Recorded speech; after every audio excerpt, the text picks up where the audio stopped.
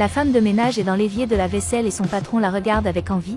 Il se lève de la cuisine et va vers elle et la caresse en lui demandant de se déshabiller. Pamela répond qu'elle a emmené son fils à l'hôpital et n'a pas eu le temps de mettre son uniforme, et informe son patron que le lendemain il sera en uniforme. Il dit qu'il n'a pas de problème qu'elle vienne avec ses vêtements. Il commence à saisir sa femme de ménage et complète en disant qu'elle peut venir habillée comme ça toujours. Pamela le repousse et se plaint et dit qu'il la touche trop. Il lui demande de se calmer et lui dit qu'il ne l'a même pas encore touchée. Elle lui demande de sortir une fois de plus et de la laisser travailler.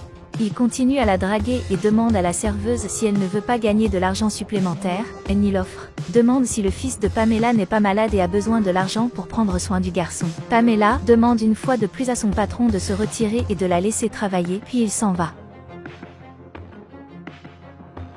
Pamela passe devant la salle à manger et prévient sa patronne qu'elle s'en va.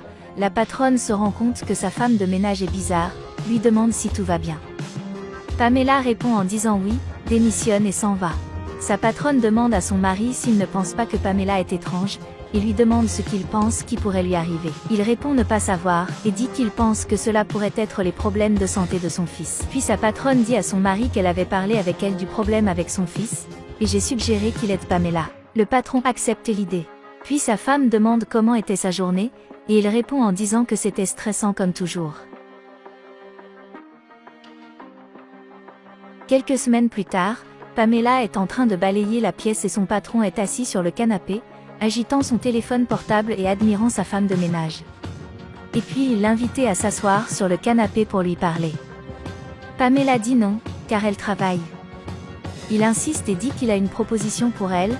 Pamela lui dit alors qu'il peut parler, alors il lui demande une fois de plus de s'asseoir près de elle sur le canapé, puis Pamela s'assoit pour écouter ce qu'il a à dire.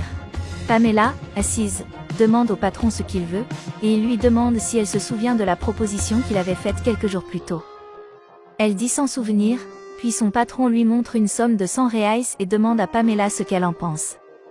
Pamela dit encore que ce n'est pas juste. Il insiste pour dire que sa femme ne le saura pas, et met l'argent dans la main de Pamela.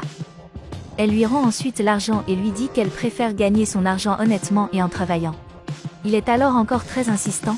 Il dit que la femme de ménage refuserait la somme et sortirait de sa poche plus d'argent, doublant le montant de la première somme offerte. Elle dit ne pas vouloir et il insiste pour mettre l'argent dans la main de la femme de ménage, et dit que c'est pour aider à prendre soin de son enfant. Pamela est étourdie car elle a besoin d'argent pour s'occuper de son enfant. En pensant à la santé de l'enfant, il finit par tomber dans les mains de son patron. Pamela, après s'être repentie, pleure assise sur le canapé, alors sa patronne l'approche et lui demande ce qui se passe. Pamela se sentant coupable commence à s'excuser, alors sa patronne demande ce qui se passe. Pamela insiste sur ses excuses et dit que tout ce qu'elle a fait était pour le bien de son fils. Puis sa patronne demande à Pamela de parler, puis elle dit que son patron harcèle depuis des semaines. Sa patronne est indignée. Pamela dit que son patron lui a offert de l'argent, sa patronne dit qu'elle ment. Pamela insiste sur les excuses, et sa patronne répète qu'elle ment et que si elle veut continuer à travailler, elle devra prouver les harcèlements. La patronne part tôt, passe par Pamela, la salue et à la porte dit au revoir à son mari, qui la questionne en partant si tôt.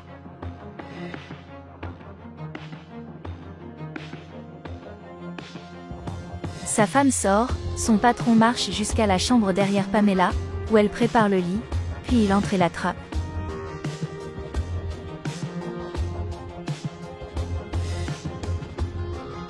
Et puis il jette Pamela sur le lit et sa femme entre, le sort d'elle et demande ce que c'était ce qu'elle voyait. Elle interroge Gabriel et l'agresse, lui demandant ce qu'il faisait avec Pamela. Alors la maîtresse le sort de la chambre. Puis elle embrasse Pamela pour la calmer. Ce qu'il ne lui a pas dit, c'est que sa femme avait déjà déclenché la police, qu'il a approchée dans le couloir de sa maison donnant voix de prison pour harcèlement.